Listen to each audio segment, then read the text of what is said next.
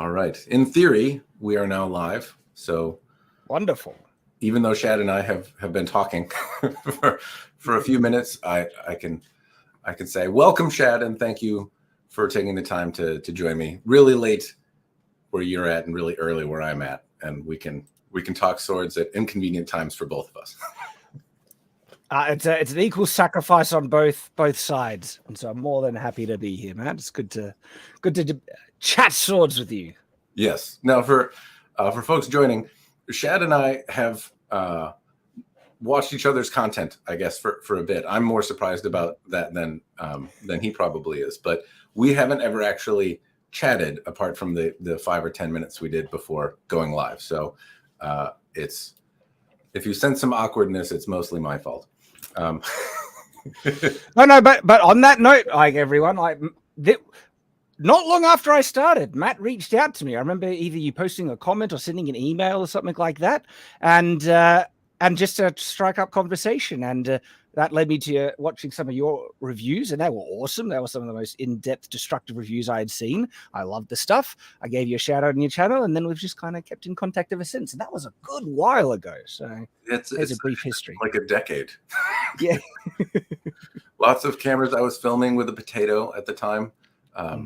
My destructive tests have gotten more efficient as well, though I think a little less entertaining. Like a lot of people, if they talk about my content, show me like chucking a boulder and at a sword, and that's hard. It's hard to hit a sword with a boulder. That's an idea for a future video for you. It'd be a way to torture Tyrant. Just I'll get him to throw it. Yeah, that's right. No, it was visually interesting, but also at the same time not really effective at breaking swords as much as striking it on a metal pole, which I do now. Well, the point here is to be in the weeds about sword reviews. So Shad has a lot of sword content, has for a long time, but recently it seems like there's been a little bit more sword specific content and reviews from different products, and talking about swords and reviewing them, maybe to more than I've seen from you in the past, or at least at a more frequent basis. So I wanted to ask you questions in the weeds about the nuances of sword reviews. And so I have some questions listed, but we don't really have to stick to them. So wherever the conversation goes, or wherever the chat pops up, we don't have to stick to my boring questions. But the first one I had was just to jump on the whole thing that you're right. When I started out, I didn't get to do lots of sword reviews, and the main reason is I didn't have many swords. It's taken a good while for the manufacturers to notice me and say, "Hey, would you like to review a sword?" And I was like, "If you send me free swords, I'll be happy to take a look at it." And it's happened a couple of times, and that's kind of like a dream. When I first started out into this, I had this like, maybe if I could get this big enough, people might actually send me free swords. That would be amazing. And it finally happened. Also, luckily, there's some room in the budget. Well, it's actually interesting. I find there's more higher quality affordable swords now than really I've ever seen before. Like in the between the 200 and 500 range, there's some really, really good stuff. When I started out, if you were getting something like that, well, I guess I didn't really experiment too much because I didn't get access to many swords. But when I was looking online to see what was available, to get something really decent, it was always too expensive. But now I find that there's a lot more affordable ones that I'm more than willing to. I could spare about $200. I think, yeah, I could do that and get something sent to me. I'd imagine if any vendors are listening, if a channel like mine with 30,000 subscribers gets review samples, I have a sneaking suspicion you might get more offers in the future, Shad. I'm all for it, guys. Yeah, that's they I think I might have upset a couple because I've destroyed several of the swords they've sent me, and some perform better than others. I'm not sure Katana sword was true. I don't know, but I say, hey, I'll review it, and we did some fun things with them. That happens. Yeah, I've recently stepped away from breaking every review sample just because of time. Honestly, it takes if you do some cutting with it and you're cautious, there's a certain amount of preparation you have to do. But if you know you're going to really abuse a thing, you kind of have to, you get one shot at it, right? So I have to put out like 5 cameras because naturally I forget to turn 2 of them on, and the other 2 are out of focus. So maybe I get one, good shot. Also, they've flown back at my face, right? So I try to cover up the important bits. I have children, so I don't wear a lot below the waist. It's fine if I'm involuntarily if all of a sudden I can't reproduce anymore, it's fine. I don't need that. But but to like put all that garb on and get ready for it, it takes a little bit more. So I've moved away from it is the point. But I have had vendors that have not been super happy with me breaking their stuff, and it has perhaps soiled the relationship a little bit, and they are no longer fond of sending me things. Others, though, really like it, and they're like, yeah, there's been 1 or 2. One in particular, Cloudhammer, stands out as a vendor that was like, take this and hit that stake in the back of your yard. I want to see you try and break it. Nice. So it happens. But sometimes I think a lot of people don't like it, though. It's like the musician smashing the $5,000 instrument, and they're like, don't. Well, it's funny. Some swords that I get sent, I end up really, really liking, and I don't want to be so abusive because I want it to survive, but I know to be fair. And so when I'm abusing it, I'm in the back of my head, I'm just thinking, I hope you survive. I don't want to break you. Yeah, I have had that. There's been some earlier when I was reviewing stuff. Admittedly, I had a harder time bridging the gap between the abusive things that I was doing and how they might have been encountered that way in history, or where why, if you strike a 2x4, is that useful? Well, if you miss a strike, or if you're whacking a pole arm out of the way, or somebody swings a bat at you and you block with a blade or hit it with your sword, then if it's an end of days or historical scenario, there may not be completely like for like, but there's some analogy about how this could have happened, either if you need it or how it happened throughout history. But people really didn't like me breaking swords. That was it. And I really struggled to articulate why it was good. But there have been a few examples now that I've broken, and if I didn't try to abuse them to the point of breaking, then I wouldn't have found the flaw in the sword. There was a dowel that I tested some time ago, and it broke right at the hilt. It had small little tack welds at the crossguard, and I struck a metal barrel, like a brass fitting on a barrel, which is a really intense thing to do. But theoretically, if you were chopping wood, or it hit a shield or something like that, something that put a lot more shock into the weapon, it could have broken off doing some other non-terribly abusive thing after a while. And the vendor sent me another one, and the next one broke in the exact same way in the same place, doing the same thing. And so it kind of exposed, like, hey, you guys might want to rethink this. And I believe they subsequently have. At the same time, those are the examples that are like, hey, this is where it's inarguably useful. If I didn't do this on camera, then then this vendor probably wouldn't have known, wouldn't have corrected it. It would have been, potentially an unpleasant situation for somebody else to find out than me. No, it's great when the vendors listen to that and respond right away to try and fix it with later ones. Happened with the Baylor Arms one right here, because I critiqued the locket, the steel going over onto the edge, blunting the edge, and they reached out and said, thanks for pointing out, we're going to fix that in the next ones that are coming out. So that is good. I'm especially happy that some of the good ones actually listen, because if it's a crappy sword, you don't necessarily care. But well, what do you do to prepare for a review, Shad? What's your? I get the sword. That's it, and then well, We do very little preparation because I like to get some of my first impressions on camera, and so as a result, I usually stay a bit heads up, but I always take it out, take a good close look at it, move it around, just get a preliminary look at the weights. Tyrant usually likes to do some preliminary cuts with it, but then we save most of our impressions and the heavy testing for the review itself.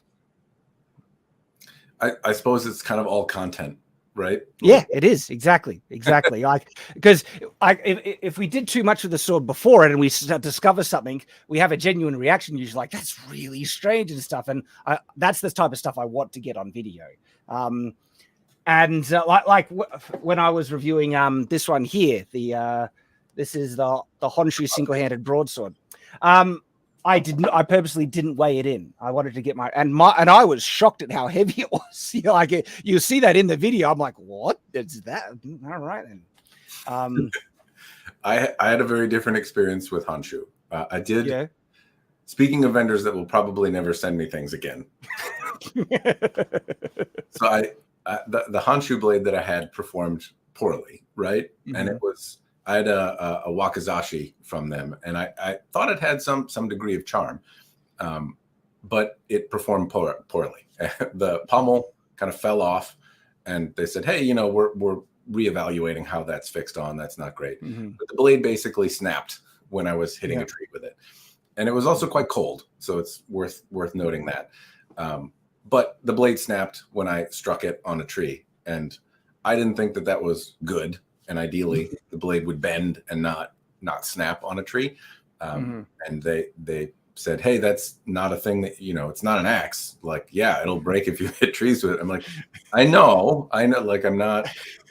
I realize I'm that guy, but I'm also like inexperienced that guy. And ideally, your blade would kind of spring back, or it would bend a little bit, but not. That's what I've been finding. My expectation is that I feel a sword should be able to survive being smacked into a tree a couple of times. I agree. And it's not consequence free though, right? So when I think if you're striking a tree, if you're striking it on the flat, or you're being intentionally abusive and you're hitting the tree, not thinking you're going to cut through it, but with the intent of abusing it, I don't think it should come out the other end without maybe some edge rolling if I strike here on the edge, or that it shouldn't bend, but it shouldn't snap. Other things, those are all things that are commensurate with that kind of activity and should be expected. Mm-hmm. Snapping is not, and that's where we had some disagreement. And I also, because it performed so badly, used it as an opportunity to kind of do a drunk review again. I'd been asked, so many people had asked me to do that, and so I was like, well, all right. I'll put on the movie guy voice and be a little belligerent. I don't think that was ideal either. I believe they were not expecting me to do that. We're not. But that's the risk you take, I think, when you send things to a creator to have fun with it. I don't know. It's also a $100 wakizashi. I think they probably. Yeah. Like, I wouldn't expect much from $100 sword either. So it's like, broke. Have you had any that were? You mentioned the Honshu one that surprised you and you were a fan of, and I've seen you kind of mention that in your videos that you like. Were there any others that kind of surprised you in a positive way? Well, the Honshu is the biggest one, honestly.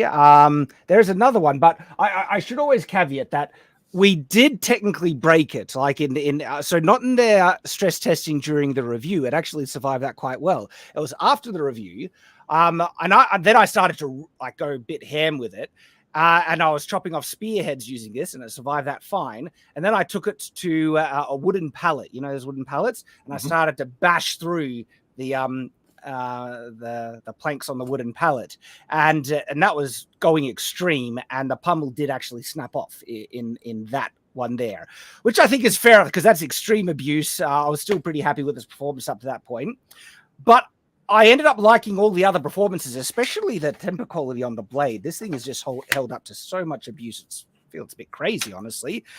We repaired it, and this thing has just been surviving some of the most ridiculous stuff that we've chopped down full trees with this thing, and it's become one of my favorite swords, honestly.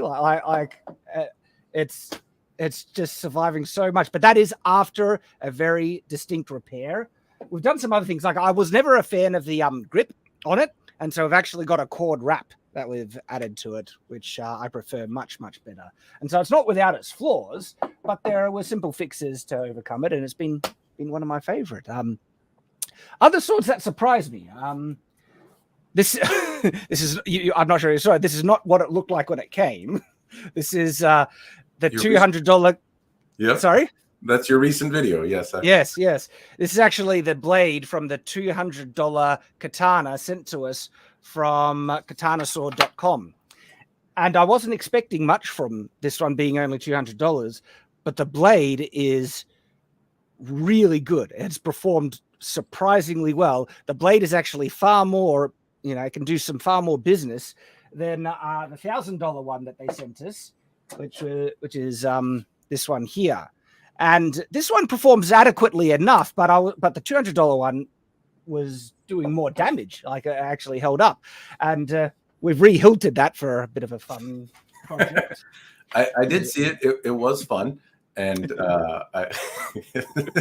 it's certainly. I love the it's an abomination. I'm doing it. I'm not happy. I love it, but I hate it. My weird Frankenstein. Yes, I love it. Tyrant hates it, and we have a follow-up video doing a deep dive analysis of just everything about this, the pros and cons, and that'll come out soon enough. And Tyrant is still of the same opinion. He does not like it. I thought you missed a little bit of an opportunity though to take the panels that were on it, the ray skin panel things. If you soak them in water and get them all wet, then they become pliable, and you can wrap them around the hilt and then use them as little. You could reintegrate them and just wrap them around the wood. And well, it did have fake ray skin, so I'm not sure it would probably not work as well. Yeah, because it was the $200 one. It was the cheap one, so it had fake ray skin and other things on it. But the blade actually it did the job.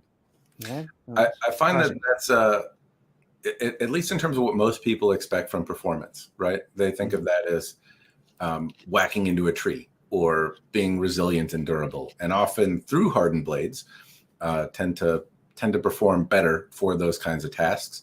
And the edge, there's supposed to be a difference between it won't hold an edge as long, but if you're whacking trees, a much harder edge, it's going to hold up longer, but it's still going to diminish. And by the time you're done whacking trees for the day, they may be in a similarly need to be sharpened state. So the differentially hardened blades, I don't find that what you sacrifice in terms of resilience and the blade bending quite a bit easier, chipping, potentially is particularly useful for most people. If you're cutting tatami mats exclusively or like stuff and you have reasonably good form where you're not worried about bending it, then you could probably get hundreds more cuts before your blade loses that sharpening, and it can be useful, but that's a very particular scenario. It is, yes. What in terms of history, I know you integrate some of that in your videos. Do you kind of know what's coming in the box? Do you have all that history on hand, or do you prepare some knowledge about what you're opening so that you can speak intelligently to it when you do? Well, yeah, it depends on, I guess, case by case situation. Oftentimes the swords come, and I love this stuff my whole life, and so a good amount of information is already there. This one was a surprising one for me because I knew of the Alexandrian style swords. Actually, funny thing, it's that style sword that I designed the sword in my the novel I'm working on, and I have the prototype here just off to the side that Callum Masil sent me, and it's got a really thick, big blade. I could grab it out now. It's fun. I'll show you. It'll only take a second.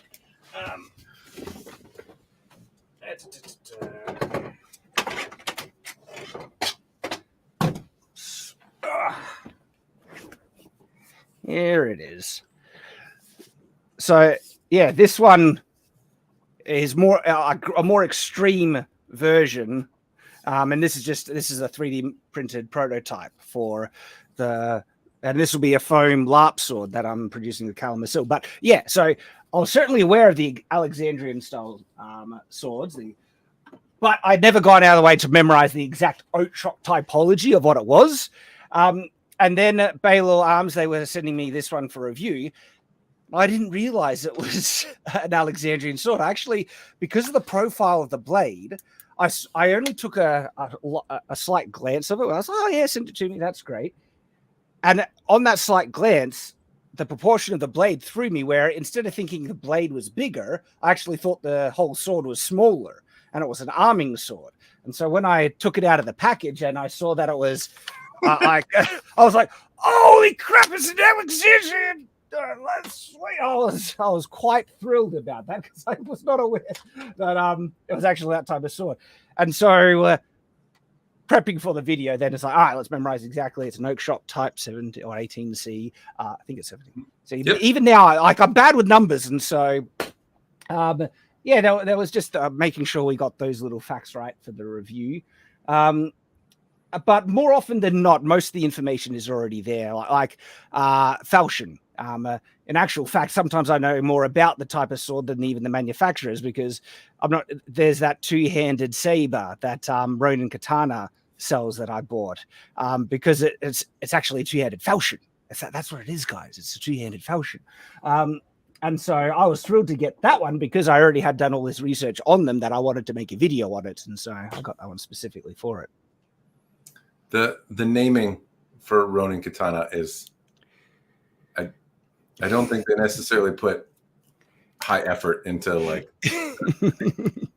because they have a bunch of different blade profiles and some of their some of the European style lines, but they don't typically say like, hey, this is, I think it's like, this looked cool and kind of felt nice, so we made a bunch of them. Is more like, we thought this would be a thing people like.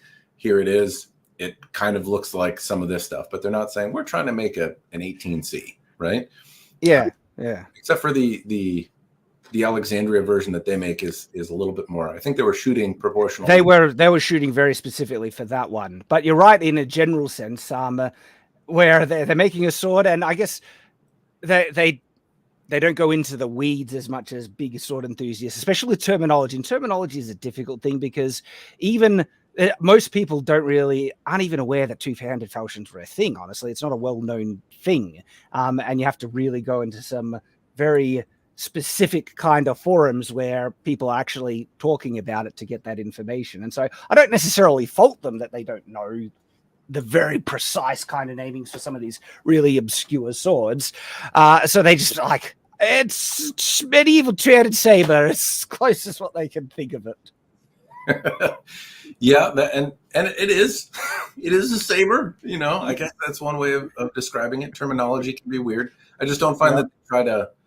I think they saved themselves too, because if they were trying to make, they said this is a type 18C on their Alexandria sword. The point of balance was quite a bit higher on that sword than is typical, I guess, for an 18C. And I don't know the oakshot typology particularly well, and it seems a little bit more liberal with the things that can fit into different categories than other systems. So I don't know if it's okay to have an 8-inch point of balance on a type 18C, but as I recall, the Ronin was somewhere around there, and most of the time they're like 3 or 4 inches above the hilt. But I do fancy those 18Cs are really fun. Wide, they're really imposing, scary looking things, and also fun to cut with. Yeah, I love them. Well, when you're evaluating a sword, do you have a different process every time? I know, like, the video comes out a little different every time, but do you have kind of like the same objective things that you go through, or is it different every time depending on what you have? I mean, there's a general kind of thing where I'll start with my general observations of the sword. I like to give a bit of history if there's an interesting history about the typology and things like that. And then we like to go to cutting next, and ending off on abusive testing, because if it breaks, we want to leave that to last then. And so that's the general process. But we always look for ways to try and improve it. Also, time and availability is something that also plays an effect. So usually we would go to the property and chop up some tea tree and stuff like that. But other times we're just not in the mood, and so we'll set up some 2x4s or something like that in the back set and do those for the abusive testing. And so the abusive testing can sometimes change based on just what time we have available to do it. But outside of that, there's a general process with looking for ways to improve it. Figuring out a good, standardized cutting medium has always been a bit tricky. We've defaulted to just pool noodles, the main one now, because it's the most readily available target medium we have. We would like to try and explore ballistic gel in the future, and maybe even skulls and other things. And so we want to enhance the process in the future. The ballistic gels are something that seems really interesting to me. It becomes even more time intensive to use it, though, I think. And I've also been a little bit concerned because YouTube seems to so far not pay much mind to cutting water bottles and things like that. But as soon as you start like making it real and like cutting it to a human form, I wouldn't be surprised if all of a sudden they start taking issue with that, even if it's a dummy or something like that. Yeah, it's a concern, and so if we did it, we'd probably try and avoid having red ink to simulate blood. We would and just to get a type of flesh medium. It'd be fun to always be able to cut into a big I don't know, carcass of a pig or something like that, but that's just too expensive. It is. It's very expensive. Honestly, like everything is expensive. I do find the dollar store is my friend there. So pool noodles are relatively inexpensive if I do that, and I can get them at the dollar store, and they can offer something. The bags of flour are really lame to cut if you do it well, right? Because it just plops down and nothing happens on camera other than like a slight little but realistically nothing. So, if you swing poorly, then it becomes quite spectacular. Shaving cream cans, though, are the other one. I'd encourage you, since you have safety, to try. Try that, huh? It makes a pretty nice visual shot, right? Because you shake up the can and then you swing, and if you nick it, it kind of twists around and you see this swirly can of nonsense going all over the place. And if you hit it really well, shaving cream flies everywhere all the time, basically. And they're steel cans most of the time, so they do some damage to swords, and it's not necessarily anything particularly analogous. Not like armor. It's really thin sheet metal, but you can see how well it holds up, and it makes an interesting visual. Might be fun to just surprise. It very well might be. I think Tyrant would get a kick out of a shaving cream can. But in terms of just affordability, pool noodles the best and most affordable and readily available, and we do that a lot. And one of my issues with pool noodles, right? It doesn't feel like it's impressive when you see a pool noodle cut in half. Yet they can be surprisingly difficult at times. And so unless people have done it themselves, they don't really get that feedback. And a tatami mat just looks more impressive when you cut a tatami mat into, for some reason, I don't know, it might be my subjective bias having an effect. But when I look at it, it just doesn't feel as impressive, even though pool noodles actually, it's a good target medium we've found, because like I said, they can be quite tricky to get through if you don't have a sharp enough edge, and it's just not on a good day. So I would love to find a good target that it would be as affordable, but looks more impressive when you really get a good cut through, where people would just get the wow factor. I don't know what that would be yet. The only one I found is rolled newspaper. And so since you have friends that can do the odd jobs, if you have access to like newspaper or magazines or some other recyclable material that's kind of in the bin anyway, then you can lay those out and roll it up. And like a 4-inch thick tatami mat is much easier to cut typically than the rolled newspaper. So it depends on how long you soak them. They're a little bit more variable. If you really, really soak them for a long time, they can kind of turn into paper mache and be very easy to cut. But if you if you soak them for a couple of days and then let them dry for a day, well, in the Australia sun, maybe like half day, but it dries out a little bit, and then they become similar in diameter to a tatami mat and similar to cut. They're a little messy, a little bit of a pain in the butt to make, but they're also more or less free, apart from the time it takes to roll them and bind them.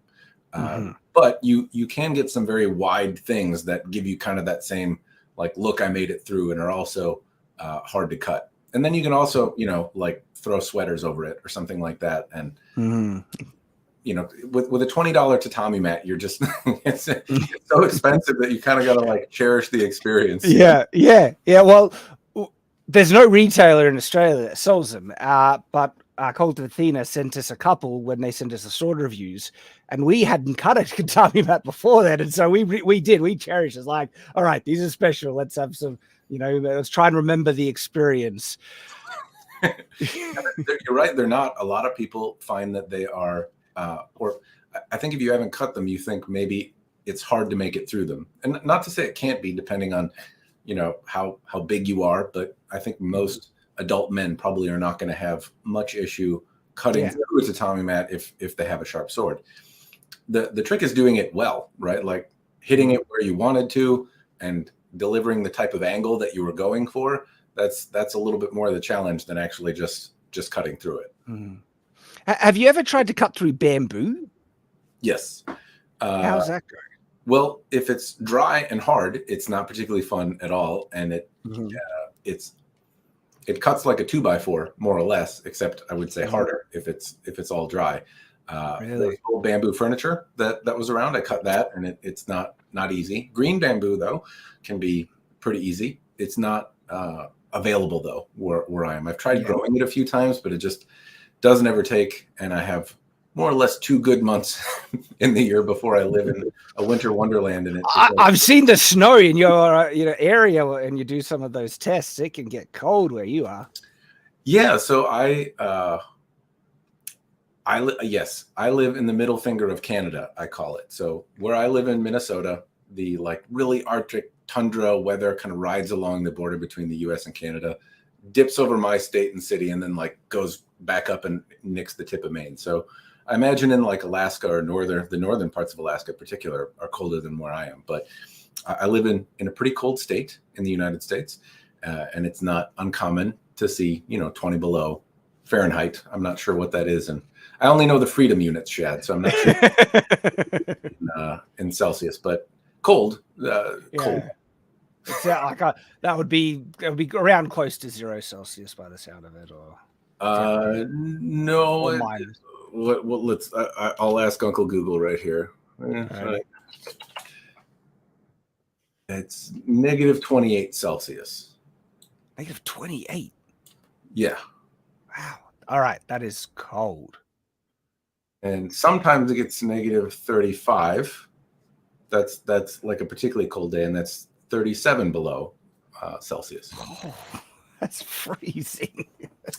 Yeah, it is. So bear in mind though that like effectively when it's above lukewarm outside, I begin to sweat, right? So like the Australian heat, I went to Australia when I was a young man. I went to Sydney, and the heat is oppressive to me.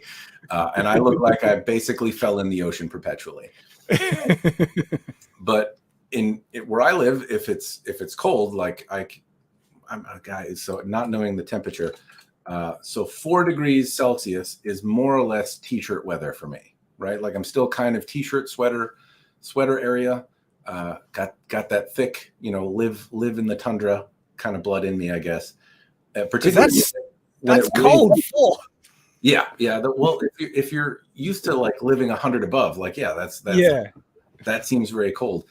And when it starts going down to 4, then you might be a little bit more handy with a sweater. But when you've been in negative 35, and then it comes up to 40 or 4 in non-freedom units, you're kind of like, oh, you're out there in a t-shirt and shorts shoveling. Yeah.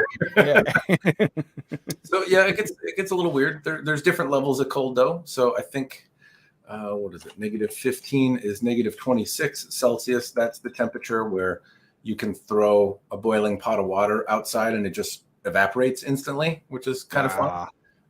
People that move to the state from warmer climates, that's always like the trick. It's like, well, you can do this. So it's neat a few times. But I would say like when you go out in negative 26 Celsius weather, you kind of feel like your nostrils freeze, like it freezes the mucus in your nose and stuff when you breathe in. At -35, though, you breathe in and it starts like, you kind of feel like the cold travel in your lungs a little bit. So there's like freezing mucus cold, and then there's like, I feel it in my bones cold. Fortunately, we don't have too much of the, like, it's usually just February time. So if you're ever coming to Minnesota, Shad, I advise to steer clear around February time, unless you're looking for a very different kind of experience. I'll keep that in mind. Well, more on swords. I suppose we could talking about the weather. You're from a hot place. I'm from a cold place. Amazing stuff. Have there been? You mentioned swords that you thought you wouldn't, or that impressed you. Have there been the reverse, swords that you thought you would like, but then didn't? I mean, you could kind of say this one though. It more performed what I was expecting. Yet you always hope that it would do really well. It's, you know, a nice expensive katana. Yeah, I didn't want it to bend on the first massive stress test hit, but it did, and it's like, it's kind of what I was expecting. Would have, you know, I was wanting it to do a bit better than that. But so far, I've actually had pretty good experiences with the swords that are sent to me. I haven't really come across one that I would consider complete garbage. I'd like to think it's a sign that the mid-range swords of quality are improving, because that's what my perception seems to be. You know, I've been really surprised with the how durable some of these more affordable end of swords are. And honestly, that's the area I really like to explore, because it's what more people would honestly be purchasing. It's what, you know, people have available. I don't know if I'd like to get around to doing a full test of my Lockwood, which is probably my most expensive sword here. It's just not sharp enough. And if I was going to do a proper testing, I need to sharpen it up properly. I'm very hesitant to do a stress test on it because it's like, you know, it's the most expensive sword. It's one of my favorite. So yeah, I don't know how that would hold up. But outside of that, I haven't really had the privilege to review some really expensive ones. I'm sure I'll get an Albion one day. Either they can send me one or I have to save up a lot of money to get one. But yeah, like I said, I've been more impressed than disappointed so far, so that's a good sign. It might be because you're kind of, the samples that you've gotten have been in your wheelhouse, but you know, maybe in the future you'll get a chance to play with some things that you haven't played with before from different times, colors, areas. I did just realize, I guess the cold steel Mesa, I like a lot about it, but that handle, man. That handle was a big disappointment. It's so darn uncomfortable when you get that shock and reverberation coming back in. It's got just sharp edges on the corners. And so that's been a bigger disappointment. And because it looks beautiful. It's a gorgeous looking sword, and I quite liked it. And I still like a lot about it. But, so sorry, there's an example of one. That's actually an interesting one to point out. Somebody sent me a cold steel Messer. And I also played with it. The handle, I agree, it was a little too boxy. In theory, you could sand it down. You shouldn't have to, but like you can. Yeah. And gloves mitigates it mostly as well. Yeah. I didn't find so much shock in my hand as much as the blade that I had on the cold steel bent. I wasn't trying to destroy it. I was initially trying to test it in such a way that the person would have it back and like it would be in one piece, but it bent, and so there was some. I was a little dubious on the heat treatment. Yeah, you actually tested the hardness along the blade, and it had an inconsistent heat treatment on it, which I found very interesting.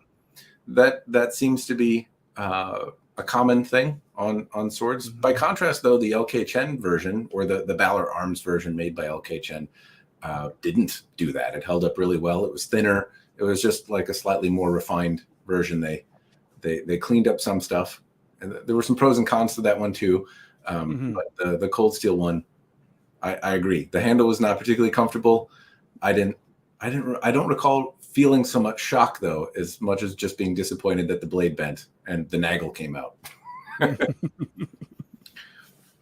What kind of criticism in terms of the reviews do you think you get that is misunderstood or unfair? So we've talked about what you don't like, and you brought up some of the things that, you know, some of the comments and stuff that may have been made or points that people bring up. How much of that do you think is fair or unfair?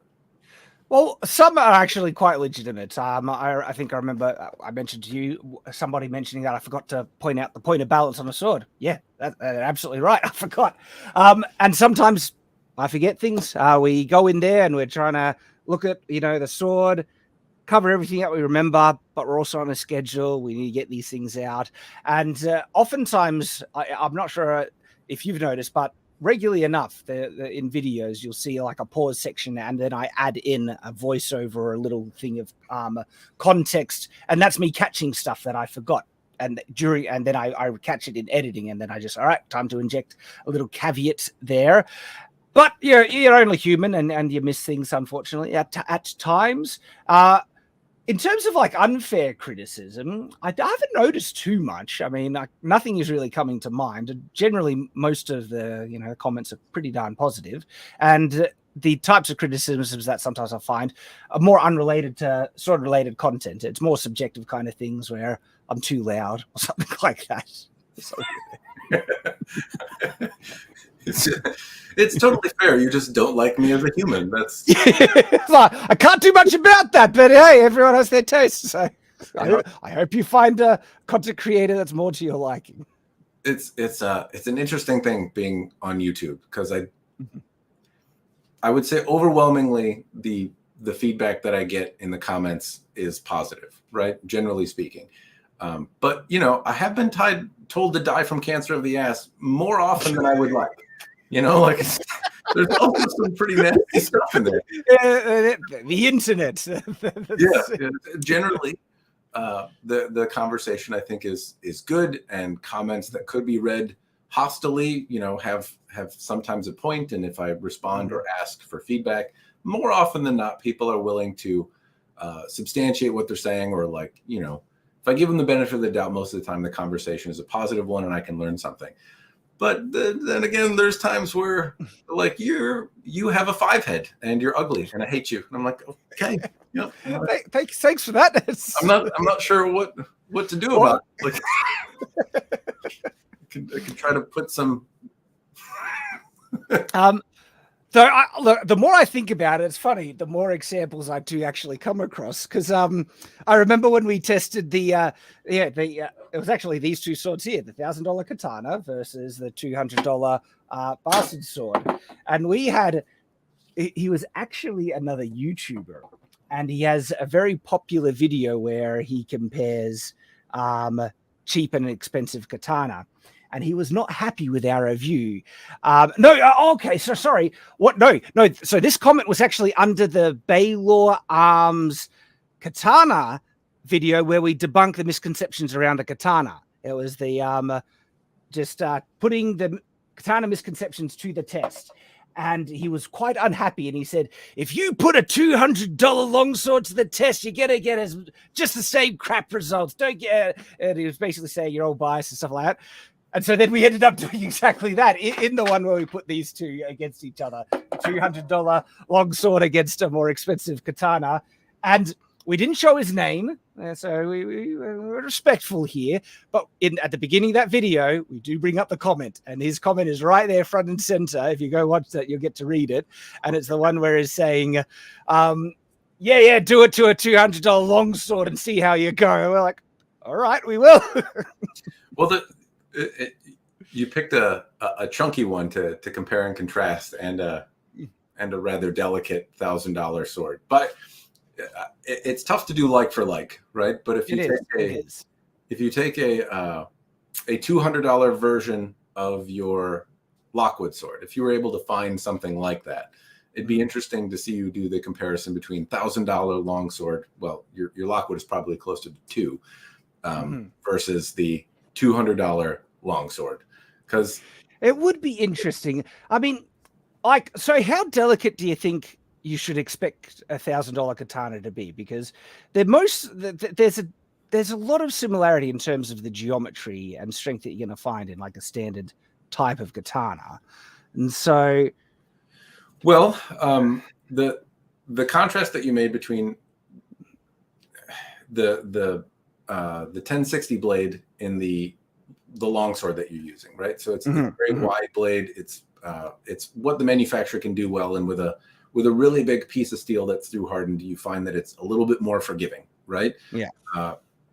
If they screw up the heat treatment, you're less likely to notice it. With $1,000 sword, though, more often what you're paying for is something that's folded and differentially hardened and polished, Yes. right? And you're absolutely right. Yeah, that's what you're paying for. And admittedly, like, I think the videos that are made about those things highlight that, like, hey, when you spend more money, that money is for things that you may not realize. And it's not that was exactly the purpose of that video, because when we tested the Baylor Arms Katana, a big response was from that, and multiple comments. We show those comments were saying, yeah, but that's because it's not folded steel. If you tested a more traditionally made folded steel katana, it would perform way, way better. They're like, that's not how it works. Because you're right. Yeah, and that's I think that's helpful, right? Like, I think people often think, okay, well, if I spend more money, I get more stuff. If I put another $1,000 into my computer, I get a faster one. If I spend another $1,000 in this piece of tech, I get something better. And generally, like, it lifts all performance metrics, right? Yeah. But with a katana in particular, if you go towards something a little bit more historical, which could be useful, maybe you like the folding pattern, maybe the artistic quality is interesting to you, maybe the tie to history, you could spend $2,000 and get something that's like a bloomery steel, and the work that went into it and how approximately close it is to historical objects that are made, maybe a thing or a facet that you're willing to pay for. But it doesn't mean that it's going to whack wood blocks better. And like, on that note, like, I actually love that you can see the folded steel pattern. You probably can't. I don't know if like, you can actually see the folds. I'm not sure if it's focusing. Yeah, like, you can actually see. I think that's gorgeous. That's one of the features I love about a katana.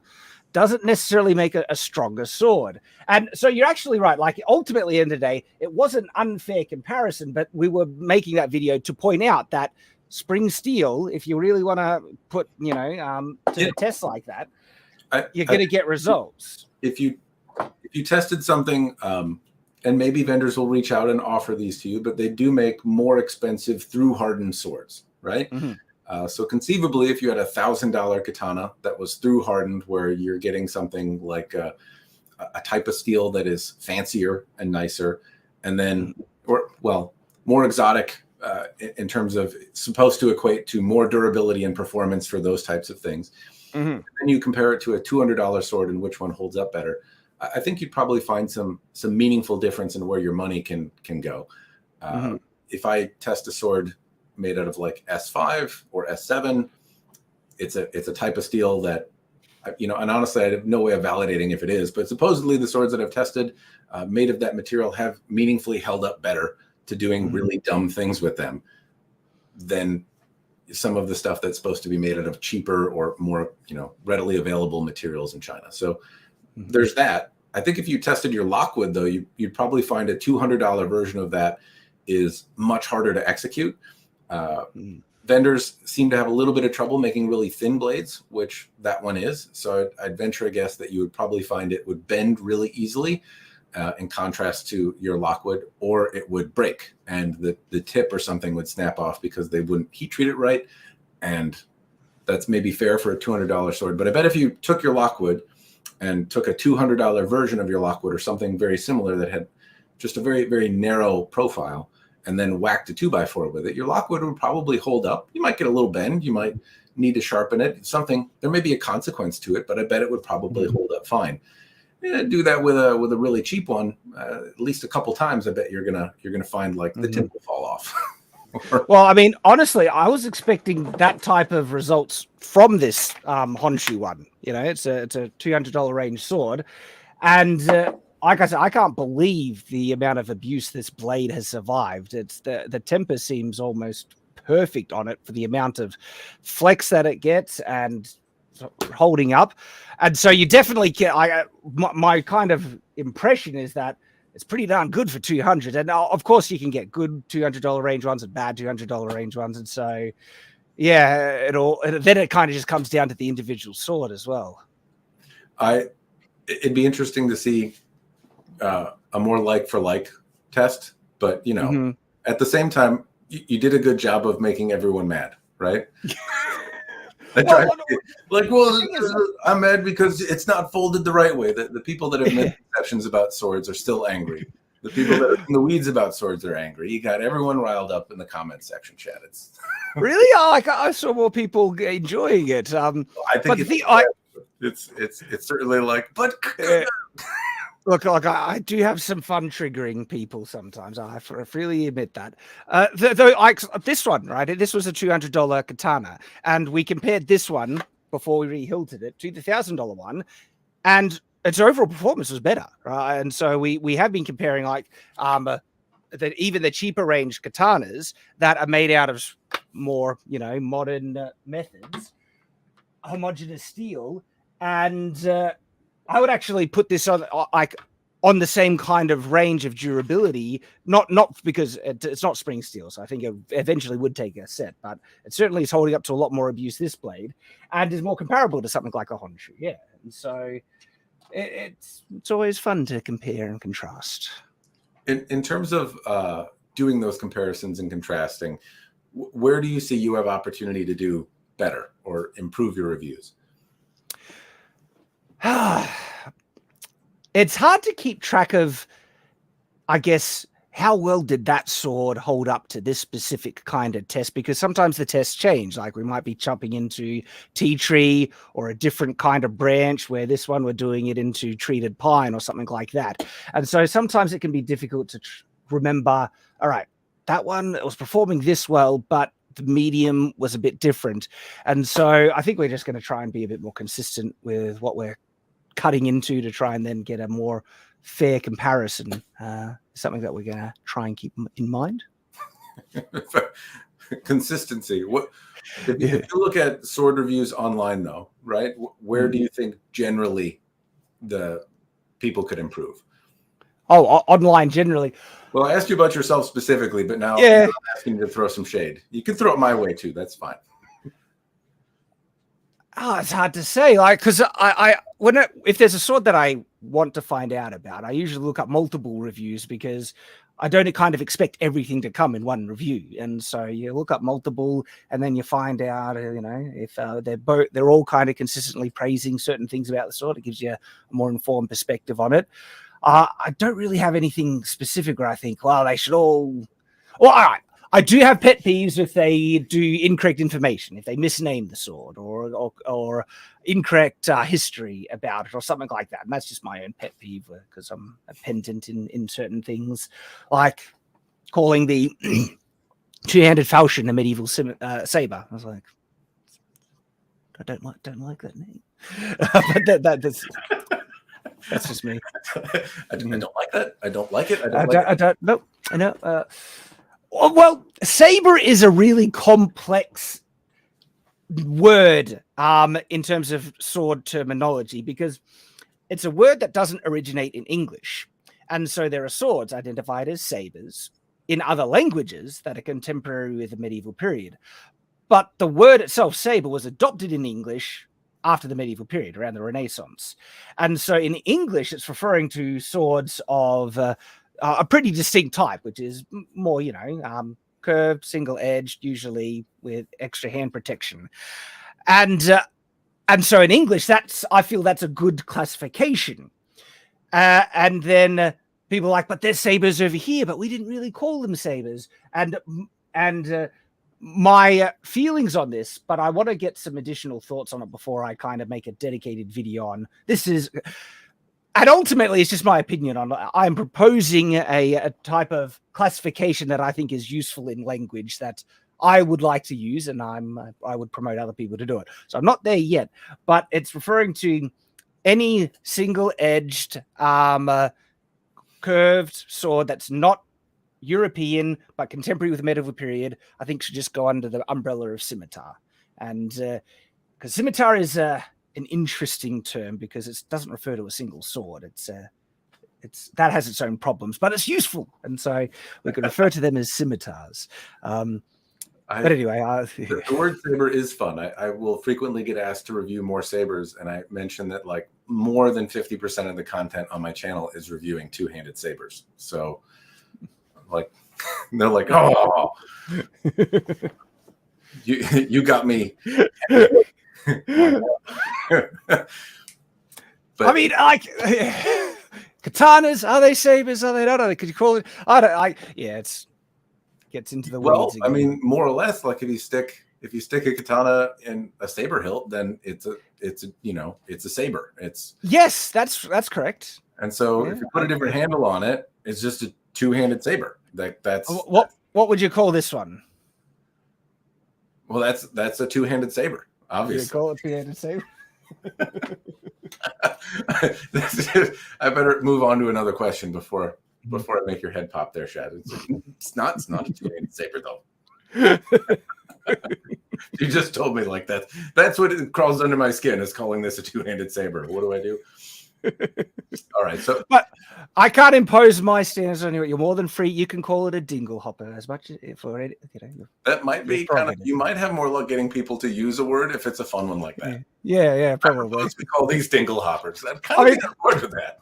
I tried to propose a name for Viking Age swords because of how problematic Viking swords are, because it actually spreads misconceptions, because the swords of that period weren't unique to the Vikings. And so I proposed them to be called sverds, which is just sword in Scandinavian or Norse, actually.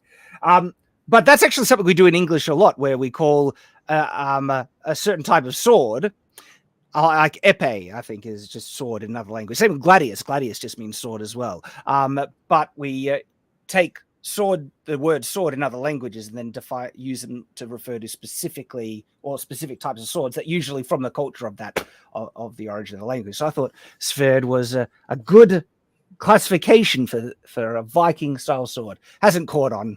I tried. It has not. No. I'm pretty sure if somebody was like, "Man, have you seen this sverd?" I'd be like, "What are you talking about now?" What is that? But now maybe I'll know. Well, you mentioned some things that people can work on, but what do you think makes a review good? Detail, just good, accurate information. That's why I like your reviews, where you talk about handling, balance, durability. Durability is an important one, and perhaps that could be something that I think I was about to say more reviewers could talk about durability, but I understand that they don't want to risk damaging their swords. Sometimes for a lot of reviewers, they spend money on them and they don't want to risk damaging them. And so I really can't judge them for not going too far into the durability aspect of things.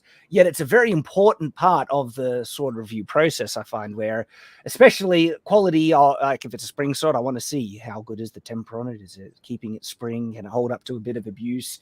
How well is the edge holding up? All those things. And now I've forgotten the question. I went off on a tangent. What makes a review good? Oh, yeah. Well, there you go. There, durability. There. But and as well as look, everything else you want as much information about it, and you want to see it in action. You want to see it do some business. Do you think that any review is better than no review? Like because it's a niche and there's not. Oh yeah, absolutely. Because I find one of the things that I struggle with.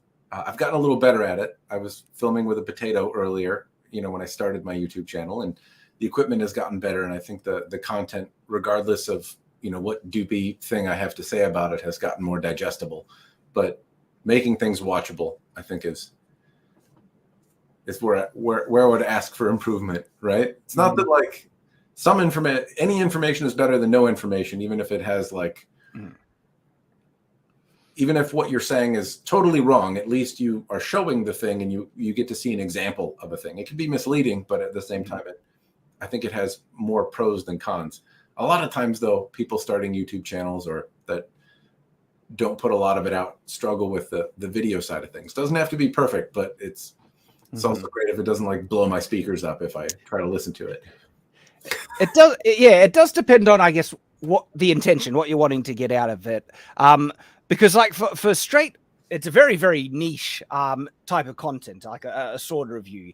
And I've done just videos that this is a sword review. The whole video is a sword review. and sometimes they do much better than I'd ever expect them to do. But other times I more expect like just a standard sword review that's just a sword review video to do usually far less views than what my regular content would be. And so what we've been trying to do is wrap up a sword review with another concept that makes a very entertaining, watchable video. But that's because our channel is a business, and we're really trying to push, the views and all that. And that's our intent. I don't hold all reviewers to that same standard at all. But like what we did with the Baylor Arms Katana review, we wrapped up that whole review up in debunking misconceptions about the katana, and I was really happy with how that turned out, where it's actually jumping between my review thoughts of the sword and then Nate and Tyrant doing their tests, and then back to the reviewing things. And so that's kind of what we're going to try and do, though we have just a flat review of that Ronin katana two-handed saber. I say fashion, but we filmed that. It's just a straight review, me and Tyrant doing a review, and that'll be coming out soon as well. So. I've heard that sword reviews, and I maybe see it myself, given that I only do sword reviews and my channel is not particularly large. So the interest in it does not seem to be mainstream. So wrapping it into some other kind of content is probably much wiser if you're actually trying to live. When you do sword reviews, like who do you think you're talking to?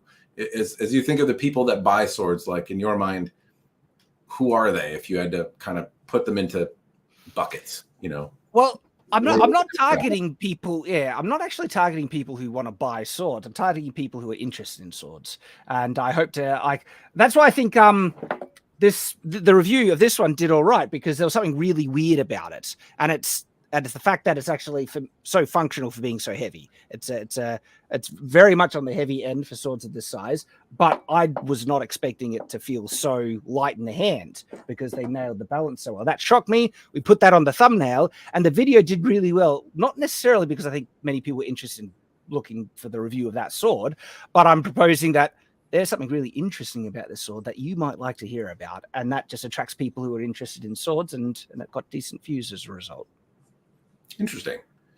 Yeah, I wonder, like, this sword is garbage and I hate it. I wonder if it's interesting and you'll like it, versus I wonder which attracts more. Well, both have the potential to, but like I find people interested in the extremes more than the middle. Honestly, they get more interested in a review that is ready to just tear it to pieces or praise it. Both are more, I guess, special, more unique, and that does attract people more often, I find. I would imagine nobody's interested in a milquetoast conversation around sort of it's okay. It's okay. It's a good case sword. Fair enough. I tend to think of as I'm making reviews, I've gradually found that people kind of lend themselves to a particular use case. And so I was kind of curious if you have found the same thing, because I've often got the zombie prepper hard use, if things really hit the fan and I need, an unlimited ammo weapon. But they're, legitimately in the back of their mind, they're thinking, hey, I want this thing to be extremely durable and forgiving, and it needs to be pretty, but also be my end of days weapon, right? That's the thing they're trying to fill. I think of it as like the zombie prepper, right? Right. But you're wanting to do that in this scenario that I think of is I don't have tools, I can't sharpen it, I don't have access to that kind of stuff. So I need something that is going to be forgiving, hold an edge a long time, deal with the rain, deal with being dropped, and kind of survive that for as long as possible. And if it breaks, it needs to still be kind of a weapon if it does, because I'm still going to need it even if chunks of it come off. And then there's practitioners, people that are trying to learn something with it, and it's a tool to do that. Collectors and people that are looking for an investment or something that's just pretty. They never intend on using it. Durability is less a factor, and some of the beauty of it as an art object. And then just people that like swords, like backyard cutters. I don't want to study anything. It doesn't have to be for zombies. I just want a sword to whack bottles and have fun with. Mm-hmm. So I try to answer questions, or at least guide my reviews so that it offers something for the people in those 4 categories. Mm-hmm. Well, that's more specific than me. I was just like, here's the information of the sword. I hadn't really thought about catering. Would zombie preppers want to know this or that about it? But that's why you're good at this. I was like, here's the information. Well, you mentioned, though, that you're not looking to help people buy a sword. You're looking to help people or entertain people who are interested in swords. And so I think fundamentally, like, the goal is, hey, hopefully I gave you something that answers if it's worth your money. And you were like, hopefully you clicked on the video and liked it. And so there are, I don't think. I mean, I do want to give good information to inform buyers, but it's a good idea. It's like, you know, just on the zombie type of swords, because I got a couple. I'm not a fan of like swords that are made like specifically for the zombie type apocalypse swords. I find them always too heavy. It's just overbuilt and too heavy. Have you used a couple of those tactical zombie monstrosities? I have, and I would say, generally speaking, you are right, and that they are overbuilt and not fun. But the company that has pretty consistently impressed me has been Zombie Tools, and they are overbuilt and they are chunky. But if I look at the intention of really satisfying that need, right? Like, the zombie apocalypse has come, society and civilization has fallen, and you need a tool that will hold an edge, and like, maybe there's a zombie in a motorcycle helmet. You need to bash through the helmet. You have a sword. It's a camp tool. It's your zombie killing weapon. It's got to be stabby and pokey and choppy. You might miss because you're being swarmed by zombies and hit a brick wall. Like, you don't want your sword to snap or bend. So it's overbuilt to accommodate that kind of activity. At the same time, not so overbuilt that they don't kind of feel okay. Like, I always expect them to feel like stupid crowbars, and they do. They're like crowbar light, you know, like kind of like a very refined crowbar. But that's maybe even too mean. I think that they do a really good job of satisfying the Zombie Tools overbuilt need, at the same time giving a sword that still feels like a sword. And when you expect a crowbar and like still have like a slightly heavy sword, you're like, oh, okay, that's not so bad. So I think it can be done tastefully is the point. Yeah. It certainly leans into that satisfying that need, but it's not but not so much so that you come up with this really dumb, clubbish, brutish thing at the end. I've held those, and those I would agree are not fun. They're not fun to move. You feel like you're going to throw your shoulder out. And honestly, in a lot of cases, I haven't found that they're necessarily durable or stand up to stand up to the abuse that you would expect commensurate with a sword that is big and chunky like that. Yeah. But, you know, not being durable, like I wish people knew that if you buy a big chunky sword, like, it doesn't inherently mean that it's going to be durable. It'll probably be harder to break than some, but not necessarily will it be a super durable or good sword. Is there anything that you wish people knew about swords? So it's gotten so much better modern days now. It's about how swords should really feel on the hand, their proper weight distribution, what makes a sword versus the common term, a sword-like object, you know, classic like wall hangers and stuff. But go back, I don't know, 10 years or so, if you were to buy a sword in the $200 range, you usually get, and I have like one on the shelves, where it's insanely heavy. It doesn't have any distal taper. I mean, it looks like a sword should look like on profile, but it's just unwieldy and horrible. And that's one of the things I think, you know, promoted the misconception that medieval swords were crude, heavy, unwieldy things, because people didn't really know what they were actually how they were supposed to be made. Right now, thankfully, we have, you know, it's almost like a golden age of swords, where a lot of manufacturers are either getting informed by people who know, or even doing some research themselves, where they look at swords in museums, they feel, oh, this is what they're supposed to weigh like. This is really usable and handy and stuff. And as a result, even in the more affordable range, you're getting far more historically kind of authentically weighted swords, what they're supposed to feel like. And I've always had fun actually, like getting someone to hold one of these really crude ones, and then it's like, all right, have a feel of that, and then hand them a far more historically authentic one, and they're just like, oh my goodness, this weighs nothing, and seeing that contrast.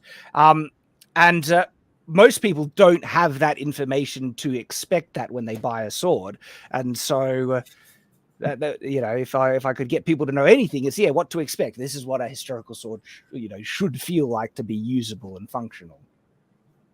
One of my favorite games to play with my wife is which sword is more expensive, and then hand her two. That's it's not quite the same thing, but yeah, I would say there is a. If you hand somebody a really heavy, clunky medieval sword, I think it's like, oh yeah, that seems about right. It feels dumb.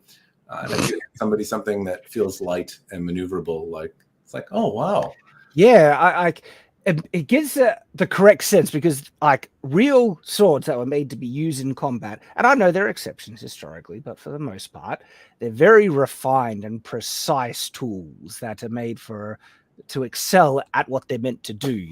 And there was science and engineering that went into their development and their refinement to make them excel at those tasks. And it complements the level of ingenuity they had back then. And you get that impression when you just see how precise, historical swords are, and how well they excel at those things. And I really appreciate that about well-made swords. I too really appreciate the refinement and details, so much so that I can blabber on about them for the better part of an hour. It's dangerous when you have a camera at home and you're like blah blah blah, and then I have to go and I'm like, my God, I talked about a pommel for 35 minutes. I gotta go outside and touch some grass. Well, in terms of general knowledge, I think that's some interesting stuff. Is there anything that you would want people to know, maybe more specifically about swords before they buy them? Is there like things you wish people knew? Oh, well, there's just general stuff. This should go without saying, but stainless steel is not functional, battle ready, swords, and so always pay attention to the steel quality and what's stainless versus what's not, and something more specific that I think is important to know. It's interesting that you would kind of go that level. I ask Cult of Athena and well, just about anyone that sends me a sword, I ask them like, hey, what do you wish people knew before they bought stuff? And it seems like the audience that I talk to, I'm in my own little bubble of sword nerds, and very rarely would I get anyone that's like, stainless steel, I bought this sword, wall hanger, it's great. Like it's not even in the discussion, but I imagine you probably see a little bit more of it since you're attracting people to the hobby. Well, exactly. For normies that don't really know anything about swords or anything like that, they're not even going to. They don't even know. That's stainless steel. Do not swing a stainless steel sword at anything solid. Generally speaking, generally speaking, yes. Yeah, there have been some swords that are usable stainless steel, like it can. Mm-hmm. I think we have somebody mentioning that in the comments here. Says some. Yeah. I mean, I have a stainless steel axe head that's made by Honshu as well, actually, and that's held up pretty good. But yeah, generally speaking, most stainless steel, especially wall hangers, the Lord of the Rings replica you bought, it's not a functional sword. Don't swing it at things. I have found that the wall hangers don't break the way I anticipated them breaking. Right, so you hear that stainless steel swords are not good for sorting. Pretty often, it's one of the first lessons a person learns when they are like, "Oh, my collection is worthless." But having gone out and swinging some of them just for shits and giggles, so to speak, they don't snap. Generally speaking, like I found that they bend, but I don't find them like shattering or because they're too brittle. I find that they're often not heat treated to really hold an edge particularly well, but they're very soft and bend. And most of the time, what I find is that the handle explodes and that underneath. That's what I was wondering. It's probably the tangs that are snapping on them because yep, I usually have the Somebody sent me, and it's an ongoing joke on my channel, Anathar. I have I didn't realize it would become a series, but the Saga of Anathar is a funny series of videos that I did that started as like an April Fool's joke, and it went by really quick. I was stuck inside and talked about Anathar, which is a kit ray, really spiky. Oh, I wonder if I know it. Like, I was a fan of Kit Ray in my, weeb days, where I was just like fantasy swords, everything. And look, like, they're very pretty fantasy designs and stuff. I used to own a Kit Ray one as well, but I think I lost it along the way. Yeah. Well, this one is a big stainless steel sword-like object, right? And it's not sold as functional, and if you like them, that's perfectly fine. But I went out and tried to do sword things with it, and I was kind of joking about it, but like the blade held up, and I subsequently used the blade to test other swords because it was very durable and held up for a very long time. But the handle exploded, like the little plastic bits that it was made out of, and the tang bent, and it shattered in my hand, and I was bleeding a little bit. And it's so powerful, even the handle can't contain its power, like that. But that was the experience that I had with it. But the blade didn't break, I suppose, is the point. I thought the blade would shatter into a million pieces. Instead, the handle did. What do you think would attract more people to swords? More people. You're kind of doing it already. You're talking about swords and like bringing people into the hobby, but like, what could other people do to like make the hobby more approachable? That's a tricky one. Because I know what currently brings people into interest in swords, and it's mostly pop culture. Like, they really love Game of Thrones and medieval fantasy and stuff like that. And then that was kind of my introduction, honestly. It was like D&D. I love the swords in that, and it was all the kids shows. Robin Hood, Prince of Thieves. I love that film so much, and that just made me want to swing swords around, and I'd make them out of wood and stuff. And that's the main thing that I still think attracts most people to that, and also to history. I find if you would just present history to people, like, here is a time period and this event happened, it's hard, especially for younger kids, to like find interest in that. But if you were to say, here's a sword or here's a battle, and then that suddenly leads them into that period, and this is the period in which it was used and why, and the context it fits in, that captures more people. And so, I mean, I know for my content, it's very much catered towards trying to attract people into the interest, and I use pop culture as that bridge where, all right, let's have a look at the double-bladed sword. That's the recent one that's on the channel, and they're connecting it through Star Wars, but also it appears in D&D. The double-bladed sword appeared in Elden Ring recently, and so all those connections makes people wonder, what would it really be like? And that gets to attract people and stuff. And it's odd because I've never really felt like I expect others to try and draw people into the interest. I've just always been doing my own kind of work in attracting people to it, and supporting other people who are making this type of content. But what could we do more? Yeah, that's a tricky one. I don't really know. I know what works, but I'm not sure what. If you know, tell me, and I'll put it to practice. I don't honestly know. Swords are cool, and I think they kind of sell themselves. I don't know what brings people in. Well, I think you're right in that pop culture did. Early on, you find swords fascinating and cool because your heroes use them, right? And sometimes they can take on, like, they're a character in and of themselves. But I don't know, like, what makes a person think, like, swords are cool to, yeah, I want to buy a sword. Like, I don't know where that, like, where entering the hobby, or like, well, I want to learn to use a sword. I got an idea. Legal open carry for swords all over the world. That would help out tremendously, and I would fight for that. We're not allowed that here in Australia, and that's impacting people's appreciation. Fashion, and you're right. Fashion, yes. That would, if it was popular again to stroll about town and use them as jewelry, that would be That would be a thing. We might have a little better luck with that here in America because, Yeah. I know in Texas they're allowed to, and I genuinely wear a sword then. That's great. it is a strange thing. I don't know if I can carry a sword. So in the state that I live in, you can get a permit to carry a pistol, and then you can open or conceal carry it. But you need a permit to carry one. And then if you have it, like you can basically walk around with a bunch of rifles strapped to you. Like there's not a limit on how many you can carry. But I think you could still probably get in a little bit of trouble for carrying a sword, which does seem a little odd. Yes, it does. Like you can you could just have a bandolier, like have one of those pirate things, a bunch of pistols strapped all over you. But it's like, I'm going to need you to put that sword in your trunk because there should be like just an addition to every single carry permit for guns. It's like this automatically authorizes you to carry swords as well, or anything less lethal than the gun. If you're allowed to carry the gun, makes sense. You'd be allowed to carry things less lethal as well.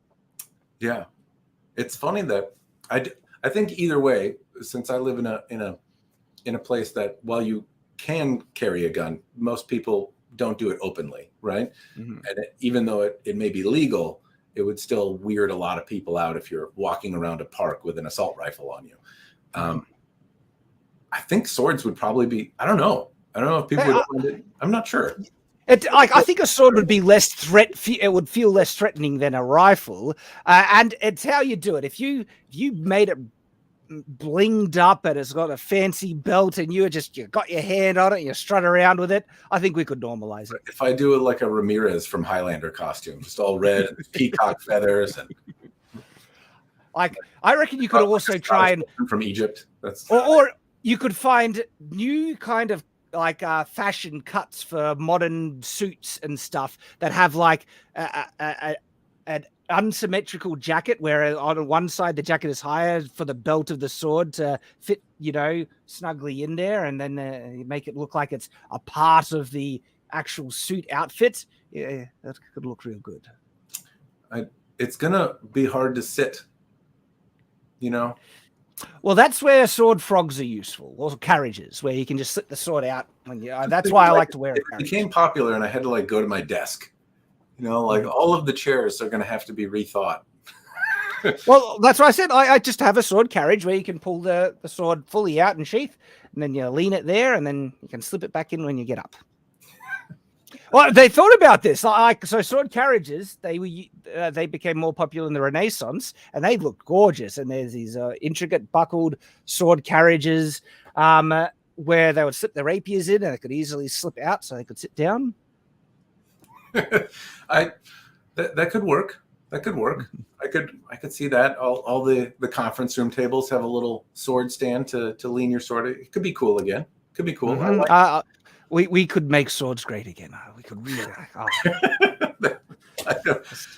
No, Shad, you're going to irritate yourself with that sword because great swords. I mean, they're already great. So doubly. Isn't that already a classification that's wrong? People are going to use it wrong then, Shad? Well, I like the classification of great sword again. So I like that there's umbrella classifications. The great swords is just one of those umbrella ones where several swords come under that umbrella. And so you have Montantes, Zweihander, Beidenhander, and stuff. They fit under that nice umbrella. They do. I think you might get in trouble if you put that on a hat, though. Yeah, probably. Don't make it red. You might trigger people. Well, what the last prepared question I had before I go pedantic and ask you some other stuff that came up is what do you wish that vendors did or people that sell swords? Is there any advice you'd give to the folks that are selling swords that would help them better serve their customer? I mean, this is more of a personal thing. Always have either automatically change the currency into the country that the IP address is coming from, or an option to be able to do it. So you can balance the budget a bit better before, because like when I buy from Cult of Athena, it's all in US, and I only get to see the real hit on me in the Australian currency when the money goes through. So the answer is America. Can you remember other people exist? We would like convenience too, please. Okay, I can appreciate that's the only thing that comes to my mind. But I mean, look, that's a small thing. You usually are aware of it, and I think on checkout it actually does convert. So yeah, it'd be, I imagine nice to not have to go to checkout to find that out, though. That's yeah. On the actual where the page where the sword is there, knowing the exact cost in the current country currency. But that's again, it's a small thing.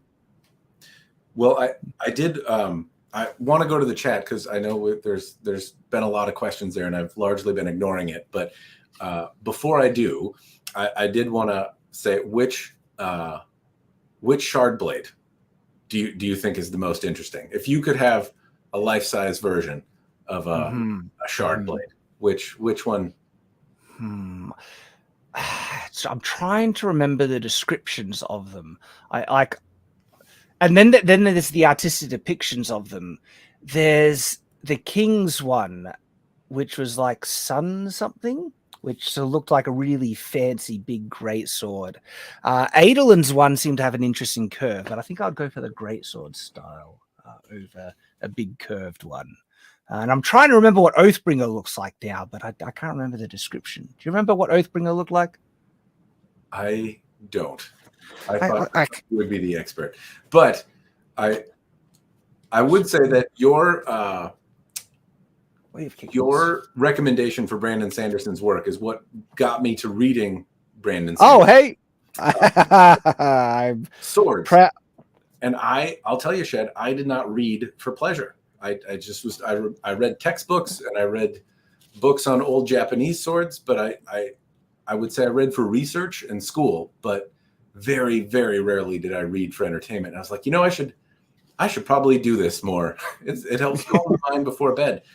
And then I was like, what book? Not knowing anything about, entering the realm of books with no idea what to read. And I remember you talking about like Brandon Sanderson, and it's got swords, and I was like, well, that sounds right up my alley. Bunch of fantasy swords used in a different way. And now I'm reading all of his works, and it's because of your recommendation, and it got me. That fills me with joy. I'm very happy to have been able to put you onto Brandon like that. Reading has always been a struggle for me, but now after thousands and thousands of pages of Brandon Sanderson's, he had a pretty long library to catch up on. So I think I'm actually now caught up. Well, I mean, if you're knowing what shardblades are and you're going through the Stormlight archives, I think you're doing pretty darn good. Yeah, it's that was your recommendation though, Shad, that you got me to read Brandon Sanderson and made a fan out of me based on your recommendation, and it was because of swords. Well, that is wonderful. It's funny. I'm going through Wave Kings trying to find the sketch of the shard plates and shard blades, but I'm having trouble finding it. Maybe is it right? I can bring up a screen here, maybe. Yeah, can I? I know how to internet. So all the people joining can. So I Googled Oathbringer. Okay. Yeah. So Oathbringer is the one with the See, I thought that was Adolin's one, but I'm getting you mixed up. So that's Oathbringer. See, that sorry, would be pretty cool. I like the fish. I would like. I'd want a back edge on the one, and so the King's one. Would you call this a two-handed saber? sorry, I couldn't. But what would you call it? Because they're a classification unto themselves, and so it's a shard blade technically, I guess. Shard blade, can opener, fish hook. Yeah, it's got a lot of stuff going on. Yeah, it's interesting. Yeah. When I see these, I admittedly think they are stupid wall hangers. Like that's the thing that comes into mind. But having read the books and like understanding a little bit about the way they're used in the context of the world they're in, I'm like, no, those are really cool. I wanna see those. And for those of you who don't know, Brandon Sanderson is an author. People on Shad's channel probably know about it quite a bit more maybe than people on mine, but he's an author, a very prolific one, and he has a series of books called the Stormlight Archive, where these swords are involved, and they are kind of characters sometimes in the books themselves, and they are used in interesting and fascinating ways that make up for what seemingly is like a giant, big old biggin. Yeah, and I was actually the historical weapons and combat consultant on Rhythm of War. Was it Rhythm of War? It's the last one that was released, and so that was actually a lot of fun working with Brandon and being able to offer some suggestions and feedback on the fight scenes and things. That was great fun, especially when he actually I found the image. Look at that. So it's this image right here that I was thinking of. And so it's that one. It's this one right here. That's the King's ones there. And what's it called? Double blade. Sunmaker, Sunraiser. Is that one? And so I like that one. Though that flame one looks really cool as well. And that's Aeon's, but very, very cool. Oh, so that one's Firestorm, the blade of King Gravelar. Okay. Well, I will go into comments then, but I thought I'd bring up the note about you getting me involved in Brandon Sanderson's work, and then that's great to hear. The large book bill that has subsequently come from buying all of them. I'm going through the comments now. So for folks in the chat, I apologize for neglecting and ignoring you. I'm going to go back through and try to grab some, but feel free and throw out comments. Shad, I know it is probably would be past my bedtime where you are, so stick around as long as you're comfortable. But I did want to highlight. I can do a bit longer. Dragon Sword is here. Dragon Sword is a vendor of swords, and if you are still in the chat, they have some S7 swords and some pretty well-made Japanese style swords. And so if you're looking for somebody to test your swords with a bigger audience, there's a guy named Shad. Which way? He's over here, this way. I love getting sent swords. I really do. I can't guarantee, like we do strange things with them. So like we review them, but we also might end up, I don't know, re-hilting into them. Well, bear in mind they send them to me, Shad, so I don't think you can be too much stranger. Got a super chat here. Shaq, regarding the last week's Congress hearings, how will the advent of UFO and aliens impact the sword hobby? It depends if swords are capable of cutting through their shields where guns can't, because if they can, well, swords will become the primary battlefield weapon that would have to use against them. So got a situation going on, like exactly, just like Dune. Yeah, that I don't even know how to think about. The only thing I would think of is that if aliens were like, hey, we hear you talking about swords and you're all wrong. Here's the material that they need to be made from. Use this. And like, like super advanced materials. And like, actually, now, all you apes can kill yourself with these swords and they'll stop breaking and you can shut up about it. Be funny if they came down to just answer the sword question. Like, yeah, we're aliens. We know everything. And the longsword is better than the katana. Sorry, guys. Zipped away. So, I did a video where, on balance, I think the longsword is the more versatile sword, and that's why I usually that gives my preference. But in a zombie apocalypse, I would actually use a katana over a longsword. If I didn't have a good heavy chopping katana, like longsword actually, but katanas are very well suited for a zombie apocalypse. Do you think your interest in or that your preference for the longsword is given that you have kind of more training and experience in or like you've used it more? I'm not sure what your formal training looks like, but I actually started with martial arts and kendo, and so I was using Japanese swords well before I even actually started using European ones. And so I even got to go to Japan and study a bit of kendo over there as well. And I remember very distinctly when I first put a crossguard on Shanai training sword, and I sparred with that. And the shock I had at how much that crossguard actually caught and blocked, I was like, oh, wow, these crossguards, there's a reason why they'll put on swords. And so I don't think it's because of because I've got to, practice with both.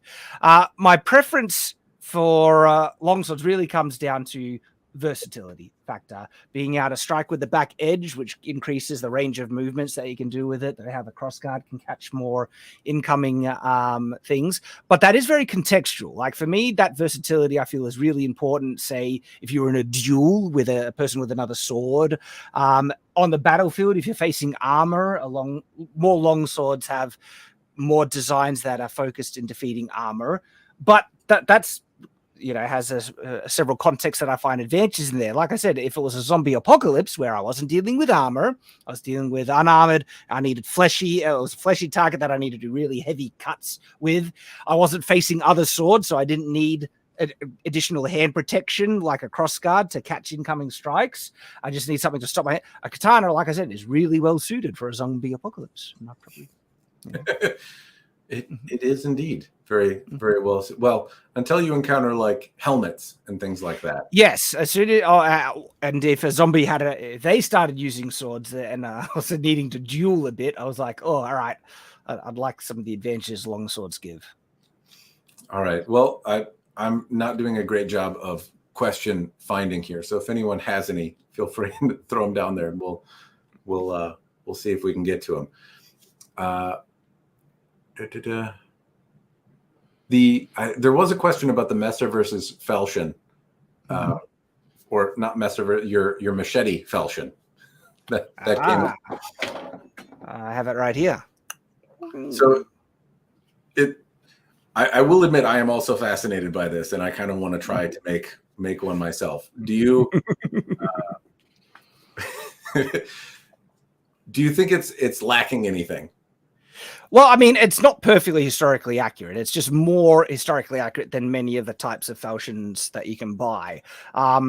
So, because James Elmsley actually sent me, and I did a follow-up video talking about all the differences, where historical falchions have a stronger distal taper. They're usually thicker down here, and then they taper to about 1.5 mil at the tip. And so they have a very distinct distal taper. And then they have and then they have a consistent bevel from the spine to the edge, where because this is a machete blade, it's flat. And so there's differences, but it's like this thing is still, it works. It works really well. And the weight on it is just gorgeous. And so I still love this thing. It's a very interesting sword blade as a result. I think it's interesting as well, and like really fun, because you can get machetes here for $10, $20, $30. They're not particularly expensive. And they probably will hold up well, because the $200 falchions where you've had experiences with them being, maybe heavier than they should be. In that realm of Europeans, I also have problems with them breaking. They're thick, but they're also not heat treated particularly well. And something like that machete, while it may lack girth in some areas, and maybe be a little bit more flexible, it's probably heat treated on like an economy of scale and better. They're not going to break as easy as a $200 Depika or windlass blade. Like genuinely, like they're made to be abused, and we've put this against a tree already, and the blade is held up fine. The crossguard has loosened a bit, so we need to just tighten that. But like the blades, they're made to be smacked against things, and it's as a result a very, very fun sword. And it's just been fun re-hilting and just work. I kind of started with the Honshu, where we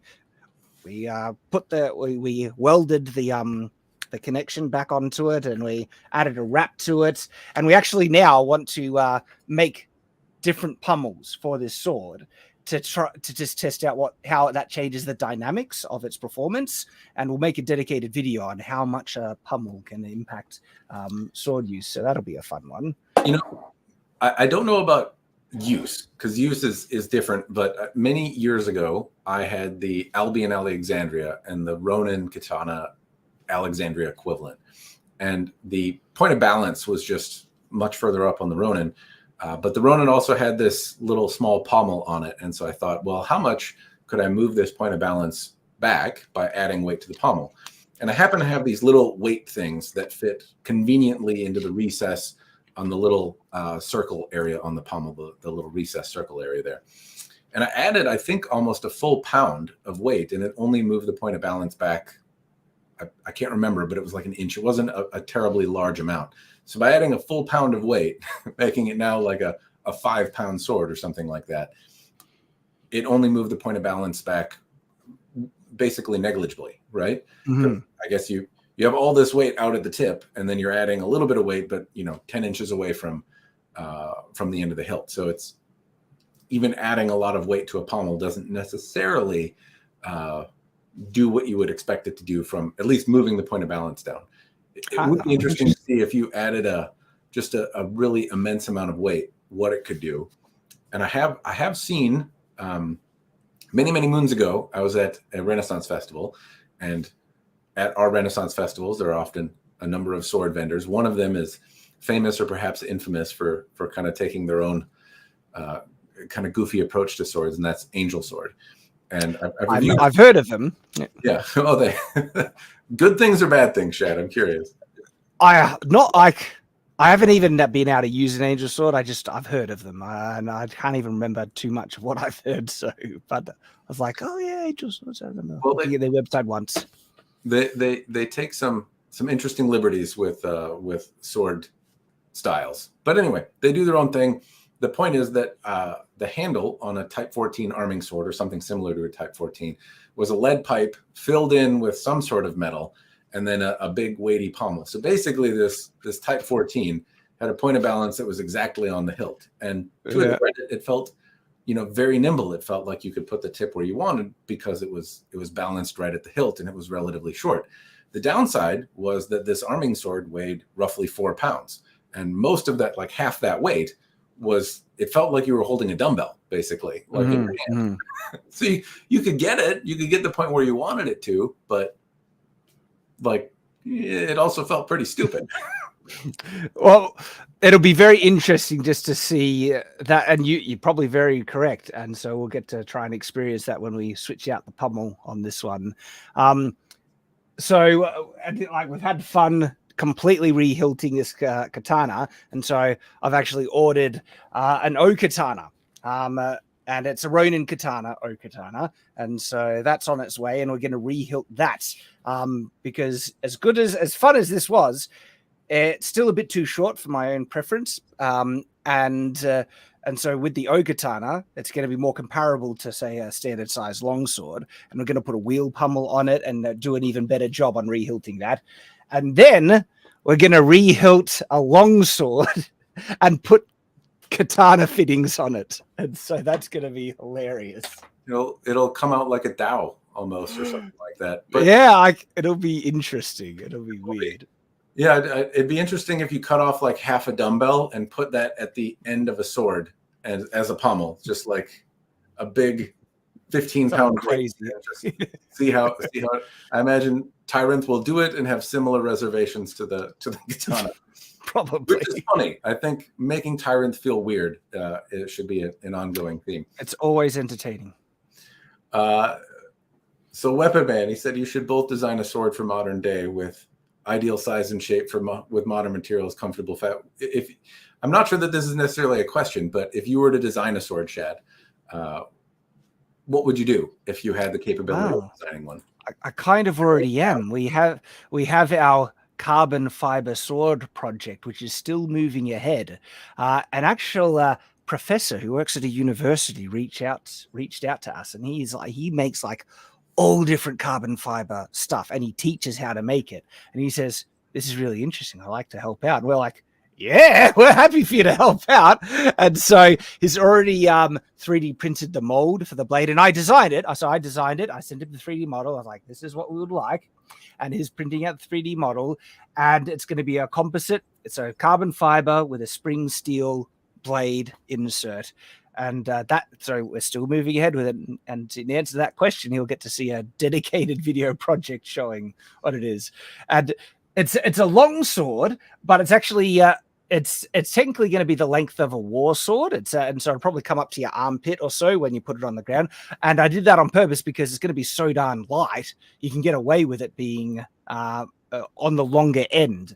And so that's on purpose. So I kind of went with basically the biggest size longsword you can get away with wearing. It's before it gets too big and you can't really draw it. So that's what it's already. I can't wait to see how this thing turns out. I am interested to see what would happen if you enhance the capability of the steel. Like if it, because as I recall, like the steel you used in your knife example was really, really thin. And so when you started doing more aggressive things that you might see in swordsmanship, then you could kind of see where it might not have the resilience that you needed. But if you augmented it a little bit, if you made a carbon fiber core, the way they used to put iron cores in, and could jacket some sort of steel around it so that it was, I don't know. It's a fascinating subject, though. It'll be cool to see what you come up with. Well, what we've done, we've doubled the thickness of the steel edge. And so before it was 0.5 mil thick. Now it's 1.2 thick on the edge. And it's about 1.2. So it's about 1 centimeter wide, and there's going to be strips along the edge. And I think that'll be enough. But I mean, the only way to find out is to test it. So generally a millimeter thick. This gets into the weeds in a way that I don't generally discuss on the channel. But when I look at the damage that comes from some of the metal on metal contact that I have, swords that have a millimeter behind the edge are a millimeter thick. Don't tend to see as much damage as swords that thin out a lot more quickly, right? So the edge damage that you see certainly is impacted by how thick behind the edge the material is. And if you're moving up to over a millimeter thick, conceivably you could have a pretty robust edge on there that is also sharp and could do some sword-like activities and withstand some sword-like activity. I mean, that's what we're hoping. The grade of steel is more industrial kind of spring steel. And so I think it's going to be a little bit softer because usually they temper those a bit further to get more flex on them. But in terms of medieval grade steel, it's going to be, like if you had that steel quality in the medieval period, you wouldn't be complaining. And so it's I think it'll certainly hold an edge and we'll be able to cut stuff with it. It'll be really fun to see how this turns out. If I made a sword, Shad, it would just be covered in swordly mitsudomes. That's all that would change. Just covered in what? Covered in what? I have an odd fascination with a particular Japanese. It's not just in Japan, but a Japanese symbol, and it's like a 3-way yin yang, and I stick it all the time. Yep, so I just mushroom stamp those things all over the place. Joe has a question here. Fellow sword tuber guy, JS Blade Craft. If you want to check his channel out, Shad. When you view a longsword, Euro swords, are you more particular on the fit and finish, historical accuracy, or user performance? Is there any vendor you would recommend that handles well for low dollars? Well, so far, Baylor Arms has actually quite impressed me in terms of their affordability, what you get for basically the bang for the buck. They're the ones who have made this one. Their katana also was really good that they sent us. And so, yeah, Baylor Arms is great. In terms of how, like, the fit and finish, right? I am far more forgiving on imperfections on the fit and finish because I kind of perhaps I shouldn't be, because I know for, consumer standards in the modern day, you want flawless kind of quality. But I always compare it to the medieval standard of quality, and the fit and finish on a lot of medieval swords are very, a mixed bag, let's just say. And so I almost kind of like some imperfections because it makes it feel more authentic to me. It feels like it's more medieval. I've heard that too. So there's a little bit of a it's been the subject of a number of videos, but that's like the medieval aesthetic and how close to perfection you should approach. And I think people think of Albions and the medieval sword as perfect. The Lockwood is probably closer to that in terms of pretty close, and doesn't have a lot of variation or asymmetry, or at least not where it isn't intentional. they're not perfect. There's still some element of, you know, grind lines and tool marks and stuff that you can see, but it's certainly different than what you would see in the medieval period, or people that reproduce it and don't necessarily put as much energy into symmetry. I personally like the machined look. I remember Todd described it as soulless when it's machined and perfect, and I don't feel the same way. There's an element of, I think I've grown to like the handmade kind of medieval aesthetic to things, or something that looks a little bit more crude, but I still prefer, I think, the machined perfection. I mean, because I like both, and you know, having a flawless, you know, final thing, I do love that symmetry, which you can find pretty close equivalents. Like, Adam Savage recently was looking at one of the Alexandria swords on his YouTube channel, Tested, and I did a whole video responding to it because he flexes it and shows that it has a spring temper on it, which is just so awesome to see. But that sword that he's holding looks darn near flawless. Like it looks absolutely gorgeous, and you can see images, you know, high detailed images of that. And if there are imperfections, they were beyond me noticing with just my naked eye. And so there are some pretty darn high quality medieval swords that were made. And so I like both. You know, give me ones that are near perfection. Give me ones that, and look, the larger majority of ones weren't perfect. Of course, the larger majority ones did have all those imperfections and stuff. And so, yeah, I can appreciate both. I appreciate both. I would say what bothers me about the subject is it feels like sometimes there are people that can't make perfect and then say, I'm not going to, because, you know, they kind of excuse it away, more or less. Like, well, yeah. And I'm not accusing Todd or any particular manufacturer. when I hear the argument of, you know, I don't want to make it perfect, I'm not always convinced that, like, you can.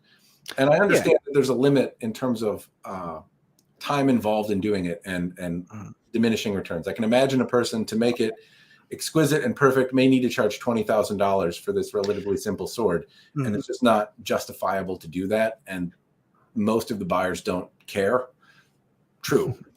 But I'd still like to know it's within your capability and you are actively making that choice versus it's out of your grasp as a craftsman. You're incapable and you're excusing it away and not potentially bettering yourself as a craftsman or pushing what you're capable of and improving. You kind of excuse it away as, well, you know, they didn't do it in the medieval period, or it's I don't like soulless. I get what you're saying, and price point absolutely should also be a determining factor as to if you should be critical about imperfections, stuff like that. Like I would be far less forgiving of imperfections on a $4,000 sword versus a $300 one. For fair enough. Yeah. Though, you know, I'll tell you, having had a number of those $4,000 swords, they are still have their fair share of imperfections. It's funny to see how many of them kind of are consistent. Really? Yeah, it's not spending money is definitely not a guarantee. It's interesting. So you compared a $1,000 sword to a $200 sword. I have, or had anyway, I could compare a $3,000 katana to another $3,000 katana and show you, like, hey, money doesn't necessarily buy you quality. You know, this is loose, that's not good, this is out of alignment, all of these little nuanced fitting, you know, things that arguably are important to function as well. And then on another $3,000 sword, they're excellent. And on one of them, they're, you know, not much better than a $200 sword. All right. I'm getting in the weeds again. Let me get another question up here. Shad, is there a good place to buy decent quality sword frogs like the one you wear? They seem to always be made of cheap stuff.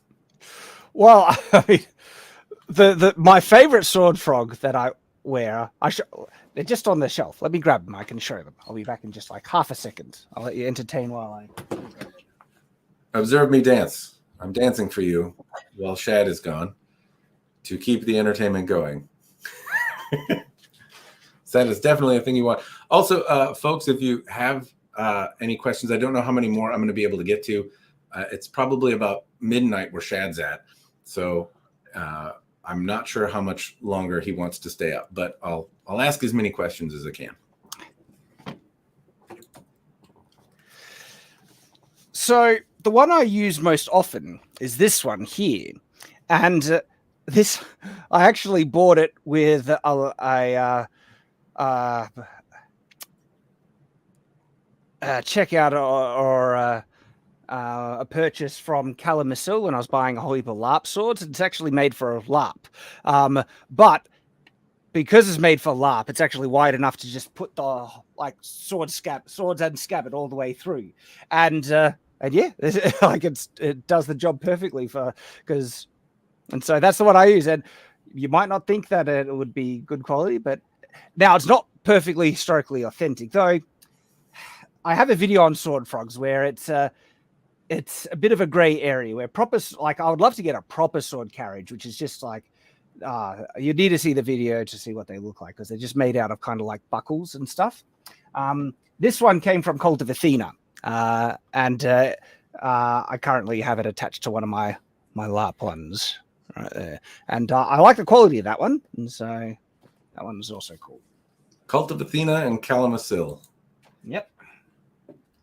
How about mounting a bastard sword or Swiss saber style complex swept hilt on a katana or tachi blade, plus the hilt of a 1778 pattern heavy cavalry sword on an Ottoman killage? Discuss.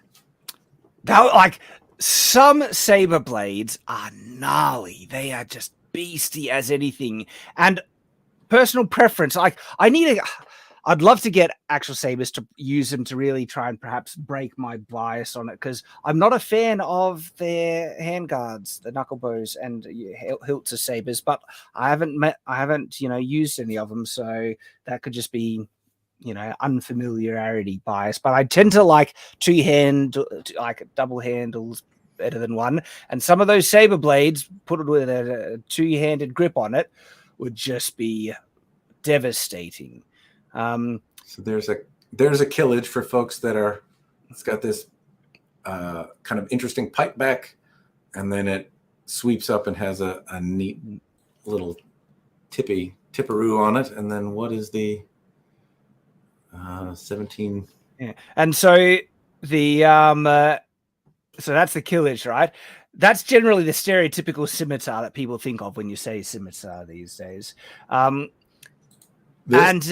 Rehilting swords, like, honestly, putting a different this one was a lot more fun than I was expecting, and so maybe I'll get to do a lot more. we're going to be doing another katana and a long sword, and that might just lead on to other things, because a Swiss saber hilt, I don't even know where you can buy one of those. I'm sure they're around, but they literally, it's a two-handed grip that has a swept hilt guard over it, and they're very cool.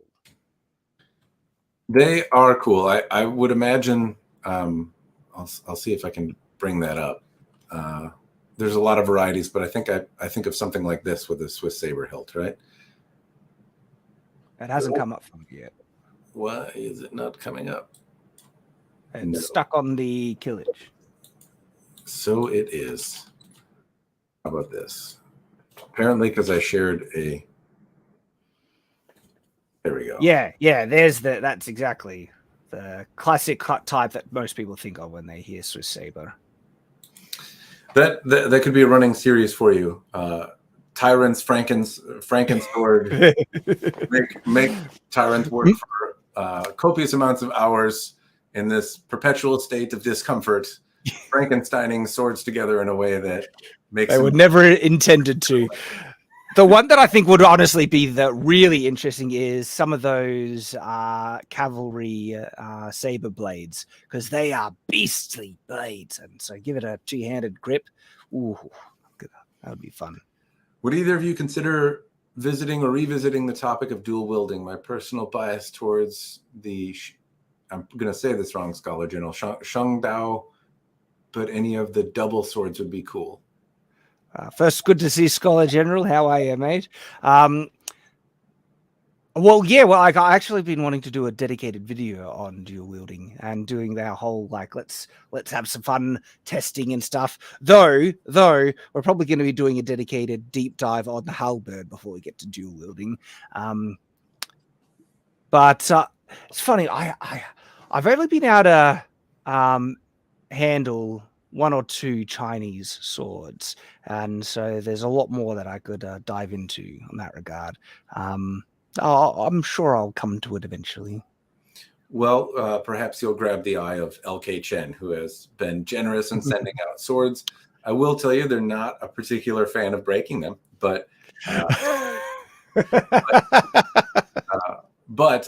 they've been very generous and have sent me a number of Chinese swords and expanded my knowledge and horizons on the subject.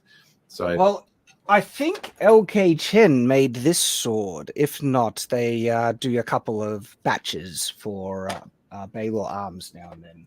And look, it's good quality so far. Yeah, they've generally made some pretty cool stuff. My personal favorite from them, or at least one that really I thought was interesting, is they have a sword called the Magnificent Chujen, and it is. I'm sure it's got like interesting history and cool stuff about it, but it was just such a fun sword to move around. I like the way it looked, but I really enjoyed how it moved around, and I did not expect it. I've seen, Chinese swords because they're sharp and shiny, and I look at swords all the time, but I hadn't held a sword like it, and I didn't honestly expect it to feel as kind of special and fun. Sometimes you pick up a sword, Shad, and it makes you smile. You're like, this is really cool. I'm happy for a reason I can't quite explain, but I know it comes from this sword right here, and that one did that for me. Which, incidentally, maybe is a good question. Are there swords like that do it for you? Like when you pick up a sword, it makes you smile. Yeah, but that's most swords. If it's properly balanced and functional, I get that feeling from a lot of them, honestly. I only don't get that feeling when it's a particularly crappy wall hanger thing where it's just like clunky and stuff. But yeah, I appreciate many swords. Well, that's probably a good spot to end it. I know you're coming up past midnight here, Shad, and I appreciate your time. Thank you for joining me here, and thank you for everyone that watched and chimed in, kept the chat lively. And I'm sorry I ignored you for as much of the conversation as I did, but it was fun. It was fun to have this conversation. It was great. Do it again. I loved it, mate. Well, cheers, everyone watching. I'm gonna end it here. All right, guys. We'll see you later.